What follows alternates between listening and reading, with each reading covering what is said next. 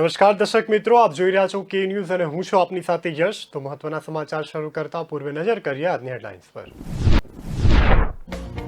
તમિલનાડુમાં હેલિકોપ્ટર દુર્ઘટનામાં જીવ ગુમાવનારા સીડીએસ જનરલ બિપિન રાવત અને તેમના પત્ની મધુલિકાનો નશ્વર દેહ શુક્રવારે સાંજે સંપૂર્ણ સૈન્ય સન્માન સાથે સ્મશાન ભૂમિમાં પંચમહાભૂતમાં વિલીન થયો।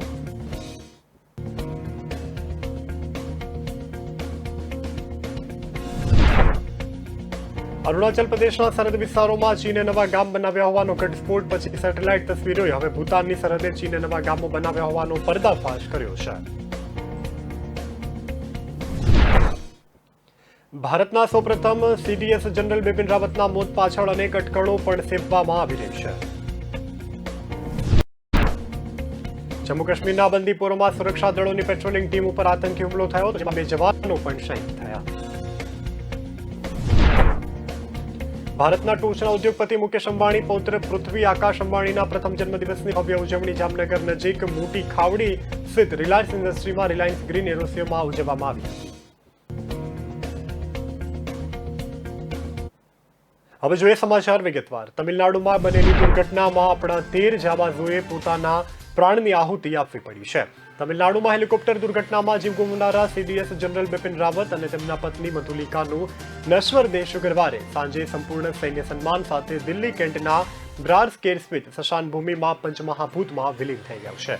અહીં જનરલ રાવતે 17 તોપોની સલામી આપવામાં આવી હતી, સાથે જ 33 સૈન્ય કર્મચારીઓ પણ અંતિમ વિદાય પણ આપવામાં આવી છે। સીડીએસ અને તેમના પત્નીની બધી જ અંતિમ ક્રિયાઓ તેમની પુત્રીઓ દ્વારા કરવામાં આવી છે અને જનરલ રાવતની સાથે બ્રિગેડિયર એલએસ અને ત્યારબાદ લીડરના પણ બ્રાર સ્ક્વેર સ્થિત સ્મશાન ભૂમિમાં સંપૂર્ણ સૈન્ય સન્માન સાથે અંતિમ સંસ્કાર પણ કરાયો છે। સૈન્ય અધિકારીઓના અંતિમ સંસ્કાર દરમિયાન સંરક્ષણ મંત્રી રાજનાથ સિંહ, દિલ્હીના મુખ્યમંત્રી અરવિંદ કેજરીવાલ, ભારતીય સૈન્યના અનેક પૂર્વ વડા, ત્યારબાદ ફ્રાન્સ, બાંગ્લાદેશ, ભૂતાન સહિતના અન્ય દેશોના ટોચના સૈન્ય અધિકારી સહિત ભારતીય સૈન્યના 800 જેટલા જવાનો પણ સ્મશાન ભૂમિમાં અંતિમ સંસ્કાર દરમિયાન હાજર રહ્યા હતા। જનરલ રાવતની બંને પુત્રીઓએ બધી જ રીત રિવાજથી માતા પિતાના અંતિમ સંસ્કાર કર્યા હતા, તો આજીવન પત્નીનો સાથ નહીં છોડનારા સીડીએસ રાવત મૃત્યુ પર્યંત પણ પત્નીની સાથે જ રહ્યા। તેમને પણ અગ્નિદાહ એક જ ચિતા પર આપવામાં આવ્યો અને ત્યારબાદ સીડીએસ રાવતને 17 તોપોની સલામી પણ આપવામાં આવી હતી। તેમના મૃતદેહને ત્રણેય સૈન્યના વડાઓએ કાંધ પણ આપી હતી। તો અગાઉ પણ તમિલનાડુના હેલિકોપ્ટર અકસ્માતમાં જીવ ગુમાવનારા બ્રિગેડિયર એલએસ લીડરના અંતિમ સંસ્કાર પણ આજે સ્મશાન ભૂમિમાં સવારે 9 વાગ્યે કરાયા હતા। બ્રિગેડિયર લીડરની પુત્રીએ તેમને મુખાગ્નિ આપ્યો હતો અને ત્યારબાદ તેમની 17 વર્ષીય પુત્રી આશના લીડરે પણ જણાવ્યું હતું કે તેના પિતા નેશનલ હીરો હતા અને તેમના જવાથી દેશને પણ મોટી ખોટ પડી છે। બ્રિગેડિયર લીડરના પત્ની ગીતિકા લીડરે કહ્યું છે કે આપણે તેમને હસતા હસતા સારી વિદાય આપવી જોઈએ અને હું એક સૈનિકની પત્ની છું અને જીવન ખૂબ જ લાંબુ છે, પરંતુ ભગવાન જીવો મંજૂર છે અને તેઓ આ રીતે પાછા ફરે તેમ નહોતા ઈચ્છતા, પરંતુ તેઓ મા ભૂમિની આજીવન તેઓએ રક્ષા કરી છે અને ત્યારબાદ હવે તેઓ સીધા મા ભારતીના ખોળે પોતાનું આહુતિ આપી છે તેવું પણ તેઓએ પોતાના નિવેદનમાં જણાવ્યું છે। ચીન પોતાની ચાલબાજીથી ક્યારે પણ બાજ આવતું નથી। ચીને હવે આ ફરી એક વાતમાં ઘટસ્ફોટ સામે આવ્યો છે કે સેટેલાઇટના માધ્યમથી એવી તસવીરો સામે આવી છે કે જેનાથી ચીન ફરીથી પોતાની જે ચાલબાજી છે તેને દર્શાવતું નજરે પડ્યું છે। અરુણાચલ પ્રદેશના સરહદ વિસ્તારોમાં ચીને નવા ગામ બનાવ્યા હોવાનો ઘટસ્ફોટ સેટેલાઇટ તસવીરમાંથી થયો છે।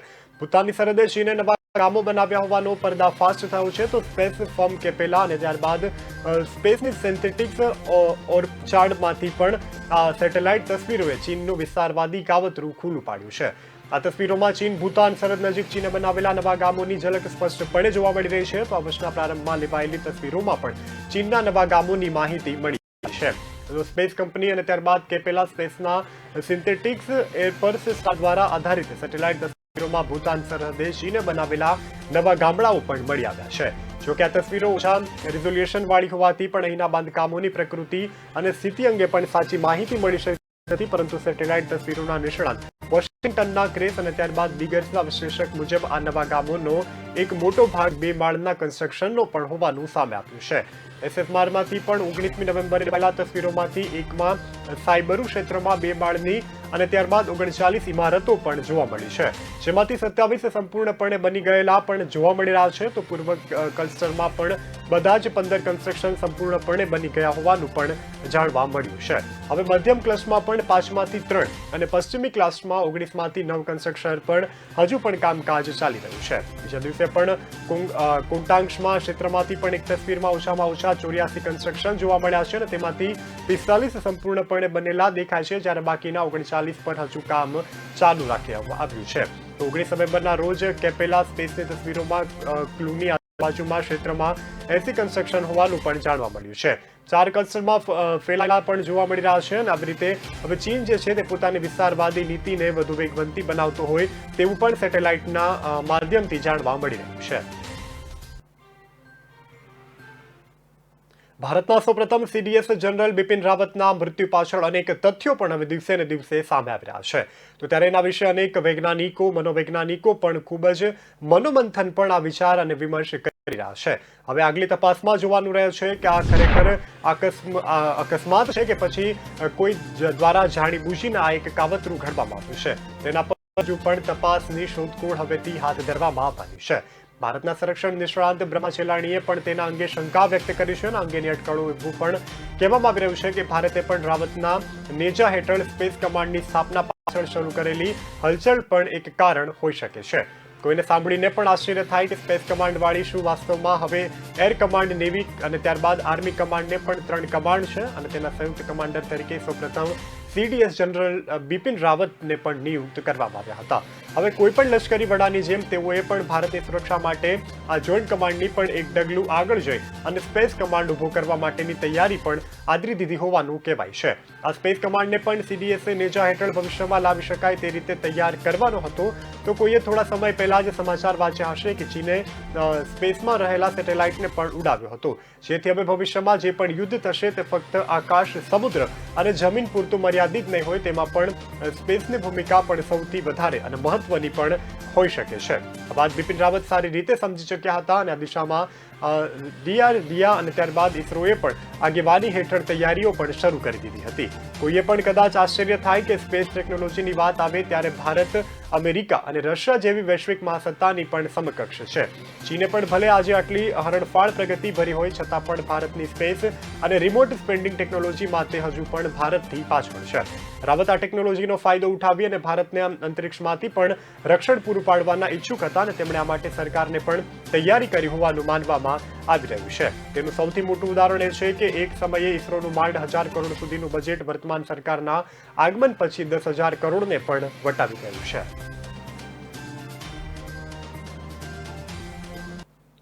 વાત કરીએ જમ્મુ અને કાશ્મીરની, તો જમ્મુ કાશ્મીરના બંદીપુર વિસ્તારમાં આતંકીઓ દ્વારા 2 જવાનો ઉપર ફાયરિંગ કરતા 2 જવાનો શહીદીને વહોરી લીધી છે. સુરક્ષા દળો પેટ્રોલિંગ ટીમ કરી રહી હતી અને ત્યારબાદ તેના પર આતંકી હુમલો થયો હતો અને જેમાં 2 જવાનો પણ શહીદ થયા છે. આતંકવાદીઓ ત્યાંથી નાસી છૂટ્યા હોવાથી સુરક્ષા દળોએ સર્ચ ઓપરેશન પણ હાથ ધર્યું છે અને આખા વિસ્તારને કોર્ડન કરી અને એલર્ટમાં પણ જારી કરાયો છે. જમ્મુ કાશ્મીરના બાંદીપોરામાં સુરક્ષા દળોની પેટ્રોલિંગ ટીમ પર ગુલશન ચોકમાંથી પેટ્રોલિંગમાં નીકળી હતી ને ત્યારે તેમના પર આડસનો લાભ લઈ અને આંધાધૂંધી ગોળીઓ પણ આતંકી દ્વારા વરસાવવામાં આવી હતી. પોલીસ વાહનોને નિશાન બનાવીને આતંકવાદીઓએ અંધાધૂંધી ગોળીબાર કર્યો હતો અને પોલીસે વળતો જવાબ પણ આપ્યો હતો. પરંતુ આતંકવાદીઓ ત્યાંથી નાસી છૂટ્યા હતા અને આતંકવાદી હુમલામાં 2 જવાનો ગંભીર રીતે ઘવાયા હતા અને ઘાયલ થયેલા બંને જવાનોને પણ તાત્કાલિક સારવાર માટે હોસ્પિટલમાં પણ ખસેડવામાં આવ્યા હતા, જ્યાં તેઓ બંને જવાનોને શહીદ થયા છે. જમ્મુ કાશ્મીર પોલીસે કહ્યું છે કે આખા ચોકમાં નાગરિકોની હાજરી હતી એટલે સુરક્ષા દળોએ પણ ચોકમાં આતંકવાદીઓની જેમ અંધાધૂંધી ફાયરિંગ કર્યું હતું અને તે તકનો લાભ લઈ આતંકવાદીઓ પણ પલાયન થયા હતા. એ પછી આખા સુરક્ષા મંત્રને એલર્ટ મોડમાં મૂકી દેવામાં આવ્યું હતું અને બંદીપોરામાં સર્ચ ઓપરેશન પણ શરૂ કરાયું છે. આતંકવાદીઓને પકડવા માટે આખા વિસ્તારની નાકાબંધી કરી દેવામાં આવી છે અને જમ્મુ કાશ્મીર પોલીસના નિવેદનમાં કહેવામાં આવ્યું છે આતંકવાદીઓને ટૂંક સમયમાં ઝડપી લેવામાં આવશે અને આતંકી હુમલો જમ્મુ કાશ્મીરમાં સક્રિય આતંકી સંગઠન ધ રેઝિસ્ટન્ટ ફ્રન્ટ એટલે કે TRK કર્યો હોવાની પણ શક્યતા પોલીસ દ્વારા વ્યક્ત કરવામાં આવી રહી છે. ભારતના ટોચના ઉદ્યોગપતિ અને ગુજરાતનું ગૌરવ ગણાતા એવા અંબાણી પરિવારે પોતાના પૌત્ર પૃથ્વીના જન્મદિવસની ઉજવણી જામનગર ખાતે ધામધૂમપૂર્વક કરી છે. તો આ ઉજવણીમાં અનેક સેલિબ્રિટીઓ પણ હાજર રહ્યા હતા અને સાથે સાથે અરિજીત સિંહના મધુર કંઠ સાથે બર્થડેમાં સંગીત સંધ્યાનું પણ આયોજન કરવામાં આવ્યું હતું. તો મુકેશ અંબાણીના પૌત્રનો પ્રથમ જન્મદિવસ હતો અને તેની ભવ્ય ઉજવણી જામનગર નજીક મોટી ખાવડી સ્થિત રિલાયન્સ ઇન્ડસ્ટ્રીમાં રિલાયન્સ ગ્રીસ એરિયામાં ઉજવવામાં આવ્યો હતો. તો જેમાં સામેલ થવા જાણીતી હસ્તીઓ પણ જામનગરની મહેમાન બની હતી અને સંગીત સંધ્યા સહિતના કાર્યક્રમોની ભવ્ય પાર્ટી પણ યોજવામાં આવી હતી. તો આ ગ્રાન્ડ સેલિબ્રેશનમાં સહભાગી થવા ફિલ્મ કલાકારો, ક્રિકેટરો સહિતની સેલિબ્રિટીઓનું પણ જામનગરમાં આગમન થયું હતું. તો જેમાં વિમાન માર્ગે મુંબઈ ઇન્ડિયન્સ ક્રિકેટ ટીમના કેપ્ટન રોહિત શર્મા પોતાના પરિવાર સાથે જામનગર એરપોર્ટ પર આવ્યા હતા અને તેઓની સાથે હાર્દિક પંડ્યા, ઝાકિર ખાન વગેરે પણ આવી પહોંચ્યા હતા. એરપોર્ટ પર તેઓનું ભવ્ય સ્વાગત કરવામાં આવ્યું હતું. આ ઉપરાંત રણવીર કપૂર, આલિયા ભટ્ટ, દીપિકા પાદુકોણ, રણવીર સિંહ સહિતના કલાકારો અને ઉદ્યોગપતિ પાર્થ જીદાલ પણ બર્થડે પાર્ટીમાં આવી પહોંચ્યા હતા. આ પ્રસંગે રિલાયન્સ ઇન્ડસ્ટ્રીના પરિવારના સર્વોશ્રી મુકેશ અંબાણી, નીતા અંબાણી, અનિલ અંબાણી, ટીના અંબાણી તેમજ તેઓએ પણ વિવાય અજય પીરામલ પણ ઉપસ્થિત રહ્યા હોવાનું સૂત્રો દ્વારા જાણવા મળી રહ્યું છે. રિલાયન્સ ઇન્ડસ્ટ્રીના રિલાયન્સ ગ્રીનમાં સંગીત સંધ્યા સહિતના ભવ્ય કાર્યક્રમોની હારમાળા યોજાઈ હતી અને જેમાં ભારતીય મશહૂર સિંગર અરિજીત સિંહનું પણ જામનગર એરપોર્ટ પર આગમન થયું હતું અને તેણે પણ જન્મદિવસની પાર્ટીના જલસાને વધુ રંગીન અને સંગીતમય બનાવ્યો હતો.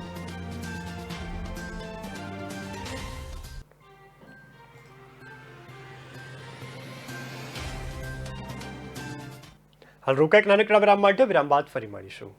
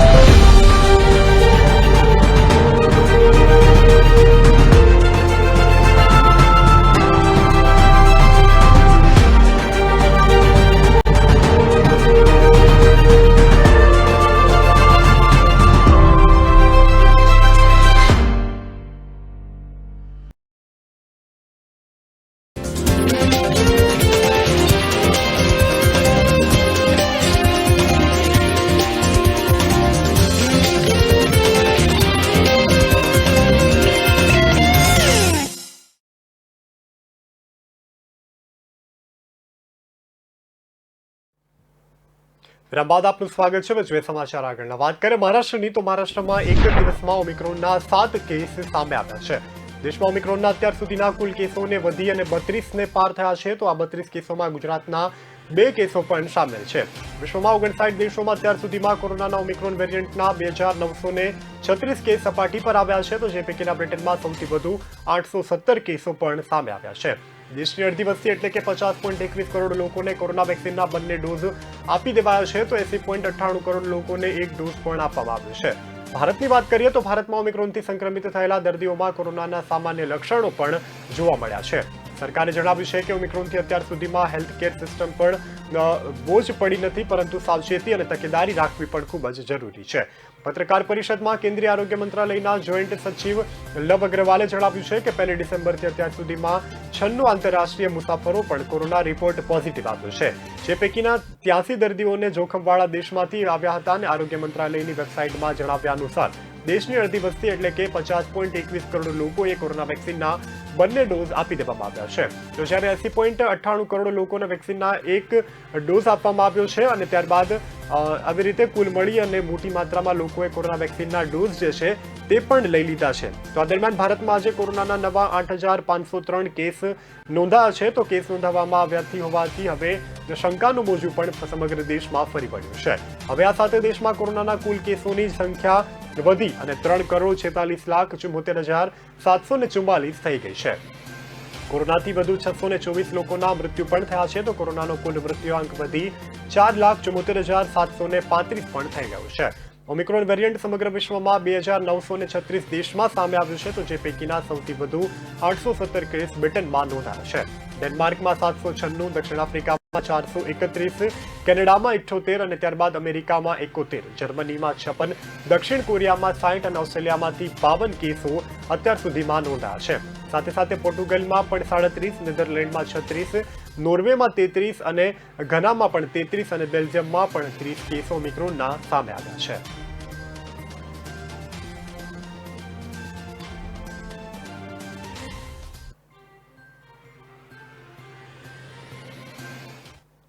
વાત કરીએ પંજાબની તો પંજાબના મુખ્યમંત્રી ચરણજીતસિંહ સન્નીએ શુક્રવારે કહ્યું છે કે રાજ્ય સરકાર દિલ્હીની સરહદોને વિજયી પરત આવવા તેવાનું સ્વાગત કરવા માટે તત્પર છે। ખેડૂતો, ખેતમજૂરો અને સંયુક્ત કિસાન મોરચાના આગેવાનોએ પણ અભિનંદન આપતા મુખ્યમંત્રીએ કહ્યું છે કે આ લોકોની જીત છે અને સમાજના વિવિધ વર્ગોને એકતા મોદી સરકારને પણ કઠોળ કાળા કાયદા પાછા ખેંચવાની પણ ફરજ પડી છે। મુખ્યમંત્રી સન્નીએ કહ્યું છે કે લગભગ 1 વર્ષ સુધી તેમણે ખેડૂતોની માંગણી પર ધ્યાન આપ્યું ન હતું, પરંતુ હવે ભારતીય જનતા પાર્ટીના નેતાઓ અને ખેડૂતોની જીતને પંજાબમાં પણ ચૂંટણી કાર્ડ તરીકે ઉપયોગ કરવાનો પ્રયાસ કરવામાં આવી રહ્યો છે। ખેડૂત આંદોલન દરમિયાન 700થી વધુ ખેડૂતો આવ્યા હતા અને ત્યારબાદ તેમણે પણ જણાવ્યું છે કે આ ખેડૂતોની સૌથી મોટી વિજય છે અને તેના આવકારવા માટે પણ હવે પંજાબ સરકાર પણ પોતાની તત્પરતા દાખવી રહી છે।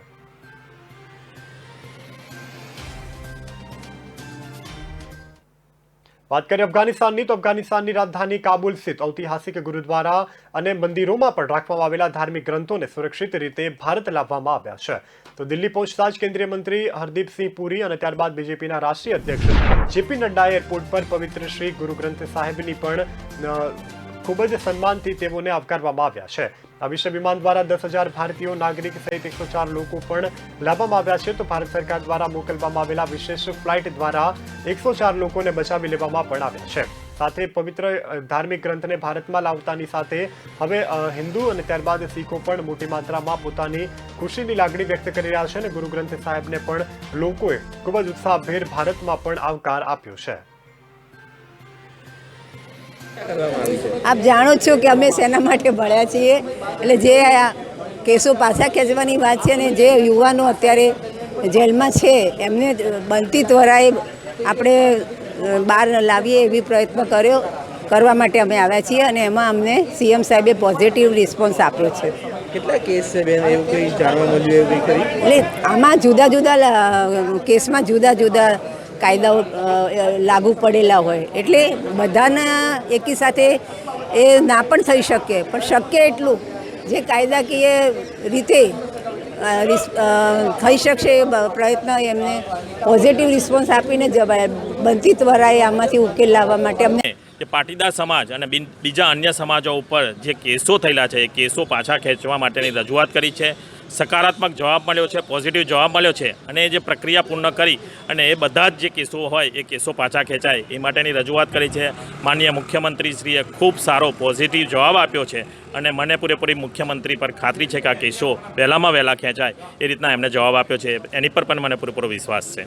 કરીને આજે જ્યારે દિલ્હીમાં અમારું પાર્લામેન્ટ ચાલતું ત્યારે અમે પાટીદારો એમપી એક નિર્ણય કર્યો હતો કે સીએમ સાહેબને મળવા જઈએ અને એક આભાર પણ અમારે માનવાનો હતો કે પહેલી વખત દરેક સાંસદ સભ્યને 10 કરોડ રૂપિયાના રસ્તા માટેની મંજૂરી આપવામાં આવી એટલે ખરેખર બધા સંસદમાં એક આનંદની લાગણી હતી।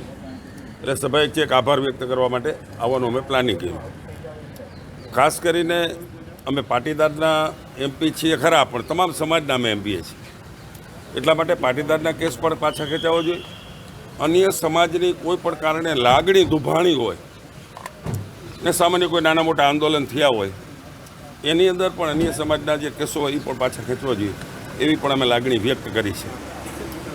પાટીદાર સમાજના કેસ પાછા ખેંચવા માટે પણ રજૂઆત થતી હોય છે પણ અન્ય સમાજ કોઈ સમાજની કોઈ કાર્યથી લાગણી દુભાણી હોય અને સમાજે કોઈ નાનું મોટું આંદોલન કર્યું અને એમાં કેસ પણ થયા હોય એ પણ કેસ પાછા ખેંચાય એના માટે પણ અમે રજૂઆત કરે છે। Thank you. શું કહેવું છે સીએમ? સબ અમને આશ્વાસન આપ્યું છે, હકારાત્મક રીતે અમને જવાબ આપ્યો છે। 100% અમે ભારતીય જનતા પાર્ટીના સાંસદ છીએ અને અમારે જે પાર્ટી લેવલે ચર્ચા થઈ છે એમાં 100% એમને ખાતરી આપી છે કે આ કેસ વહેલા પાછા ખેંચાય।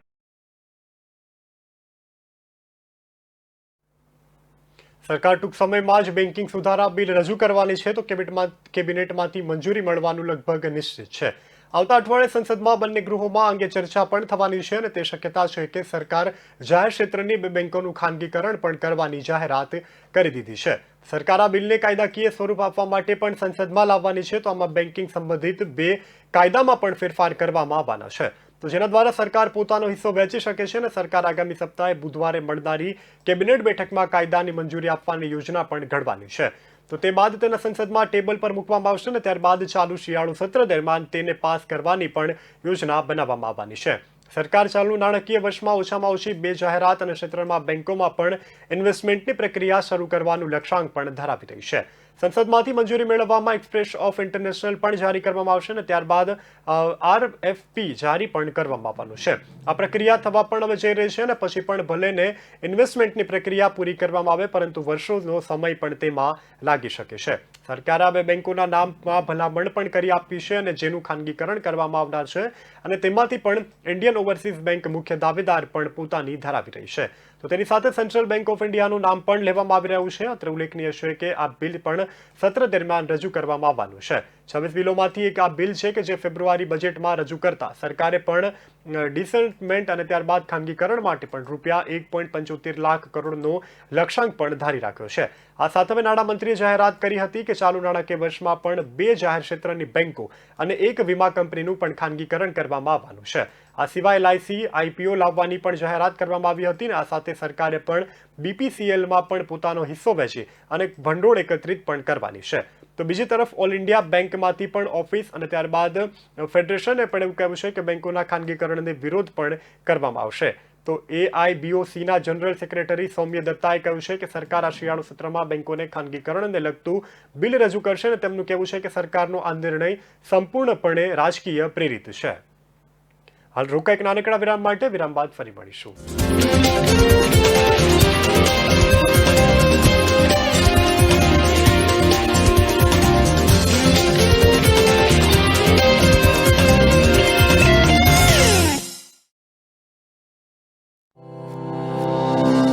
કોઈ બી બિઝનેસનો જે બેઝિક પ્રશ્ન હોય છે તે હોય છે માર્કેટિંગ.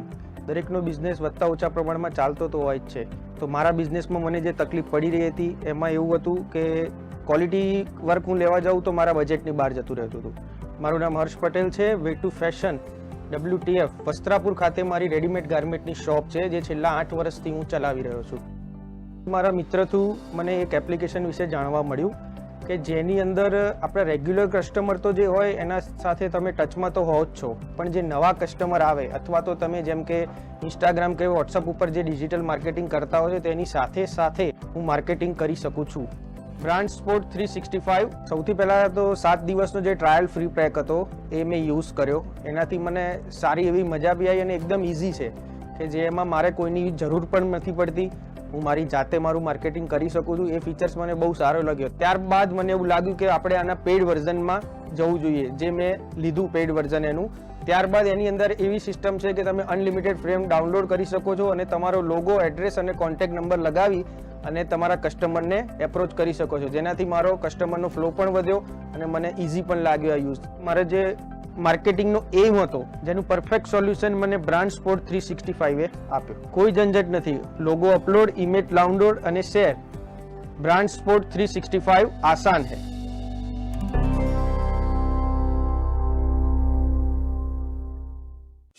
न ऐश का न द्वेष का, यह दंगल है देश का. सुलगती समस्याओं के झुलसते सवालों का होगा दंगल देश का. प्रशासन के प्रश्नों को लेकर होगा दंगल देश का. शिक्षा, स्वास्थ्य, समाज, कानून और व्यवस्था के आज क्या है हालात. सोमवार से शुक्रवार रोज रात 8 बजे जलपा क्षत्रिय के साथ दंगल देश का.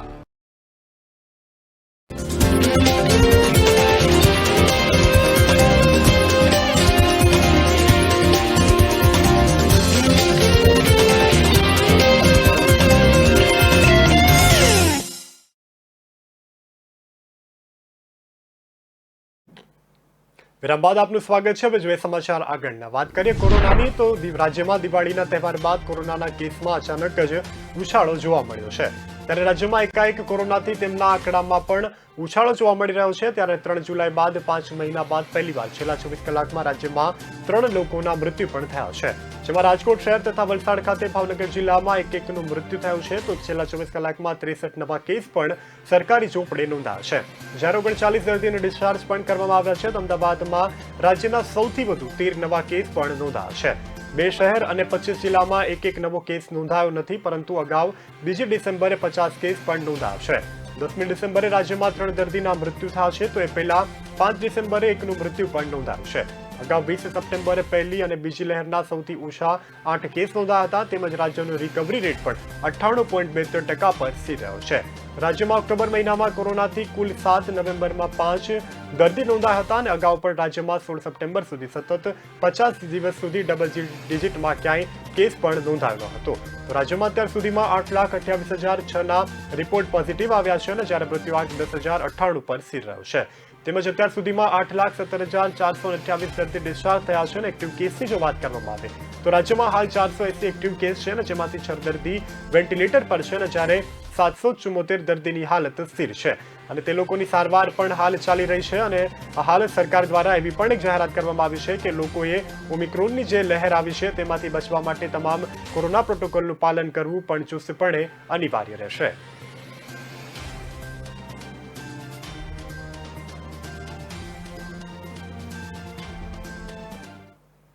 જૂનાગઢમાં 36મી ગિરનાર આરોહણ સ્પર્ધાનું આયોજન કરવામાં આવવાનું છે.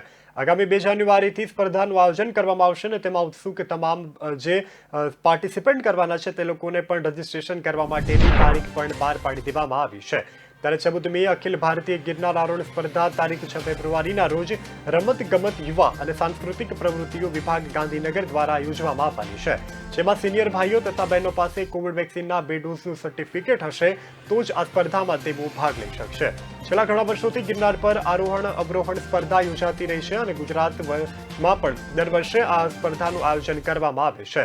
પરંતુ કોરોનાને કારણે 2 વર્ષથી આ જે સ્પર્ધા હતી તે મોકૂફ રાખવામાં આવી હતી. પરંતુ આ વર્ષે કોરોના મહામારીનું સંક્રમણ ઘટતા સરકાર દ્વારા ગિરનારની આરોહણ સ્પર્ધા અને અવરોહણ સ્પર્ધા યોજવાની મંજૂરી આપવામાં આવી છે.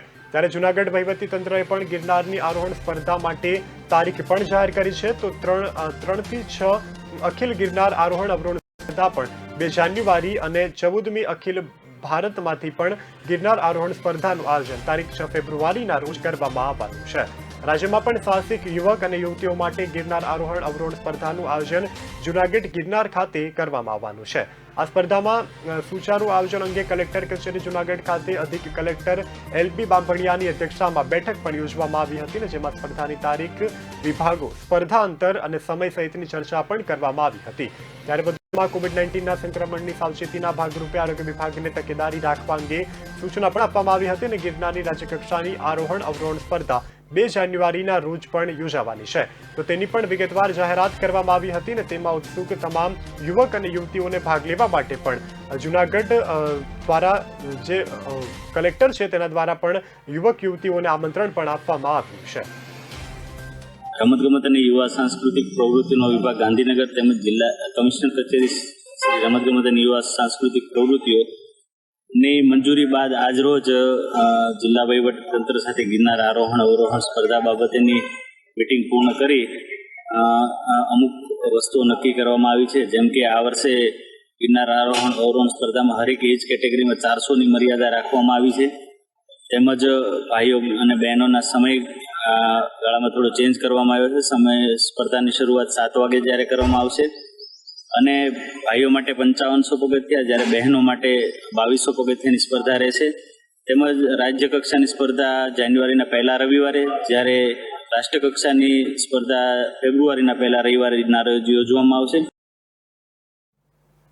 યુકેની એક અદાલતે નીચલી અદાલતને નિર્ણયને ફેરફાર કરી અને તેને વિલિક્સીના સ્ટાફ જુનિયર આસોજાને US પ્રત્યે મંજૂરી આપી દીધી છે. હવે આ નિર્ણયને યુકે કોર્ટમાં પણ જાન્યુઆરી સુધીમાં નિર્ણય ઉઠાવી દેવામાં આવ્યો હતો અને જેમાં કહેવામાં આવ્યું છે કે 50 વર્ષીય અસંજાને લીધે તેની માનસિક સ્વાસ્થ્યને કારણે પ્રત્યાર્પણ કરી શકે નહીં. તો જે આત્મહત્યાનું પણ જોખમ રહેલું છે તો અસાંજે પણ 2010 અને 2011માં લશ્કરી અને રાજદ્વારી કેબલ પ્રકાશિત પણ કરવામાં તેની ભૂમિકા માટે જાસૂસી કાયદા હેઠળ US સિસ્ટમમાં આરોપનો સામનો પણ કરી રહ્યો છે. અમેરિકાના અધિકારીઓએ દાવો કર્યો છે કે તે ગોપનીય રેકોર્ડ જાહેર થવાને કારણે લોકોનું જીવન પણ જોખમમાં છે.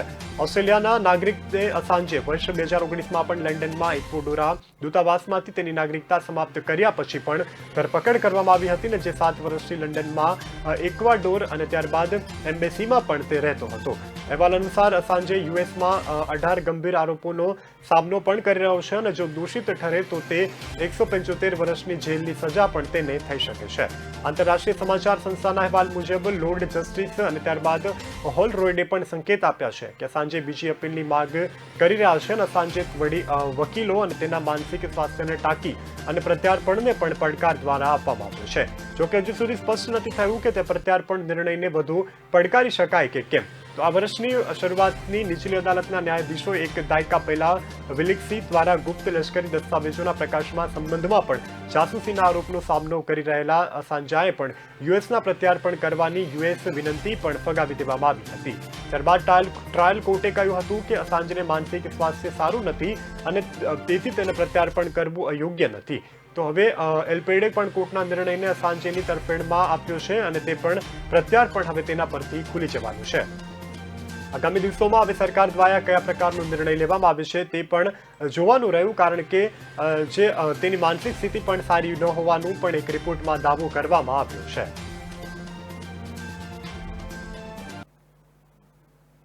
ડેલ્ટા વેરિયન્ટ ઓમિક્રોનની સામે કોરોનાની વેક્સિન કેટલી હદ સુધી સુરક્ષા કવચ પ્રદાન કરી શકે છે તે પણ હવે જોવાનું રહ્યું. તો આ વાતને લઈ અને હાલ અનેક લોકો આ જ વાતની ચર્ચાને પકડીને રહી રહ્યા છે. ચર્ચા પણ ખૂબ જ જોર હવે પકડી રહી છે. તો બીજી બાજુ સિંગાપુરથી 2 લોકો મળેલા અને આ વેરિયન્ટ વેક્સિનના બંને ડોઝ નહીં પરંતુ બૂસ્ટર ડોઝને પણ ફેલ સાબિત કરી દીધો છે. સિંગાપુરમાં ઓમિક્રોન વેરિયન્ટની સંક્રમિત મળેલા બંને લોકોને કોવિડ વેક્સિનનો બૂસ્ટર ડોઝ પણ લઈ લીધો છે. તેમ છતાં પણ તેઓ ઓમિક્રોનથી સંક્રમિત હોવાને કારણે હવે બૂસ્ટર ડોઝ પણ વાયરસ સામે સુરક્ષા આપી શકે કે નહીં તે અંગેના સવાલો પણ હાલ ઉઠી રહ્યા છે. સિંગાપુરમાં મળેલા ઓમિક્રોનના પહેલા 24 વર્ષીય મહિલા છે અને જે એરપોર્ટ પર પેસેન્જર સર્વિસમાં કામ કરે છે. આ મહિલા પ્રાથમિક તપાસમાં ઓમિક્રોન પોઝિટિવ આવી હતી અને ત્યારબાદ સિંગાપુરમાં સ્વાસ્થ્ય મંત્રાલયે જણાવ્યું હતું કે શહેરમાં ઓમિક્રોનનો પહેલો લોકલ પણ મામલો મળી આવ્યો છે. બીજો કેસ વિદેશી સંક્રમિત થયો હતો અને જેમાં સંક્રમિત મળેલો શખ્સ પણ 6 ડિસેમ્બરે જર્મનીથી પરત ફર્યો હતો અને માનવામાં આવી રહ્યું છે કે જર્મનીમાં જ ઓમિક્રોનની ઝડપે આવ્યો હતો અને તે પણ બૂસ્ટર ડોઝ તેણે લીધેલો હતો. સિંગાપુરના મંત્રાલયના જણાવ્યા મુજબ બંને સંક્રમિત national centre for investigation disaster recovery પણ થઈ રહ્યા છે અને તેમના તમામ જે કેન્સન્ટ છે તે પણ 10 દિવસ માટે ક્વોરન્ટાઇન કરવામાં આવ્યા છે. મંત્રાલયના કહ્યા મુજબ ઓમિક્રોન વાયરસ ફેલાવાની ગતિ જોતા હવે માની રહ્યા છીએ કે દેશની બોર્ડર પર અને કન્ટેનમેન્ટ વચ્ચે પણ ઓમિક્રોનથી જોડાયેલા અન્ય કેસો પણ મળી આવ્યા છે. દક્ષિણ આફ્રિકામાં કોરોનાનો નવો વેરિયન્ટ ઓમિક્રોનને પહેલો કેસ 24 નવેમ્બરે સામે આવ્યો હતો અને જે બાદ આ 8 ડિસેમ્બર સુધીમાં 57 દેશોમાં પણ પહોંચી ગયો છે. વર્લ્ડ હેલ્થ ઓર્ગેનાઇઝેશને પણ પોતાના વીકલી રિપોર્ટમાં જણાવ્યું છે કે લગભગ 2 સપ્તાહમાં નવો સ્ટ્રેન 57 દેશોમાં પણ પહોંચી ગયો છે અને મોટા ભાગના કેસો જે છે તે તમામ દેશોમાં પણ અત્યાર સુધીમાં નોંધાયો છે. તો લોકોને તાકીદ પણ કરવામાં આવી છે કે બને એટલી જગ્યાએ ભીડભાડવાળી જગ્યાએ લોકોએ ઓછું જવું અને વેક્સિનના ડોઝ પણ તમામ લોકોએ લઈ લેવા અને માસ્ક પણ ખૂબ જ જરૂરી છે. અત્યારે આપણી પાસે સૌથી મોટો ઇલાજ એ છે કે આપણે ભીડભાડવાળા જગ્યાએથી બચતા રહીએ અને માસ્કને પણ પહેરતા રહીએ. રશિયન સેના યુક્રેન સાથેની દેશની સરહદ નજીક એકત્ર થઈ રહી છે. તો જેના કારણે હવે યુદ્ધની નવી આશંકાઓ પણ હવે દિવસે ને દિવસે સામે આવી રહી હોય તેવું પણ લાગી રહ્યું છે. તો અમેરિકા બંને દેશોની ગતિવિધિઓ પર નજર પણ હાલ રાખી રહ્યું છે અને દરમિયાન રશિયાના નવાબ વિદેશ પ્રધાન સેર્ગેઈએ પણ રાયબકોને ચેતવણી પણ આપી દીધી છે.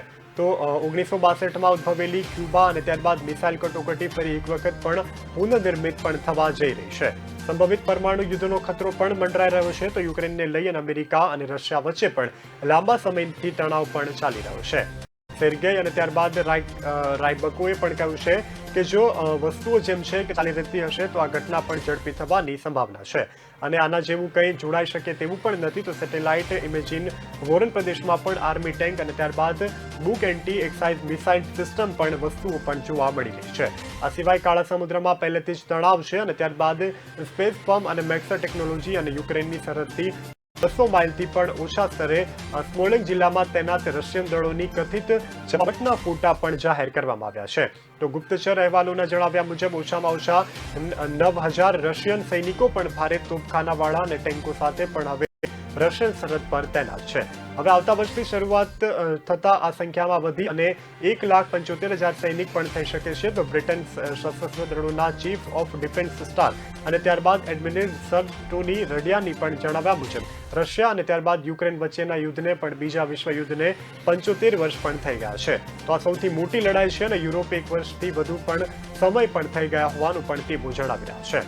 રશિયાના રાષ્ટ્રપતિ વ્લાદિમીર પુતિન દ્વારા યુદ્ધ અને પૂછવામાં આવેલા પ્રશ્નો ઉપર પત્રકારત્વની ટીકા કર્યા બાદ સૈનિકોની સંખ્યામાં વધારો પણ થઈ રહ્યો હોય તેવું પણ તેઓ જણાવ્યું છે. અને વાસ્તવમાં પત્રકારે પૂછ્યું હતું કે શું રશિયા યુક્રેન પર હુમલો કરવાનો ઈરાદો ધરાવે છે. તો સાથે વિડીયો સમિટમાં ભાગ લેવાના બાદ તેમણે કહ્યું છે કે રશિયા શાંતિપૂર્ણ વિદેશ નીતિ અપનાવી રહ્યું છે, પરંતુ તેની સુરક્ષા સુનિશ્ચિત કરવાનો પણ અધિકાર અમારો છે.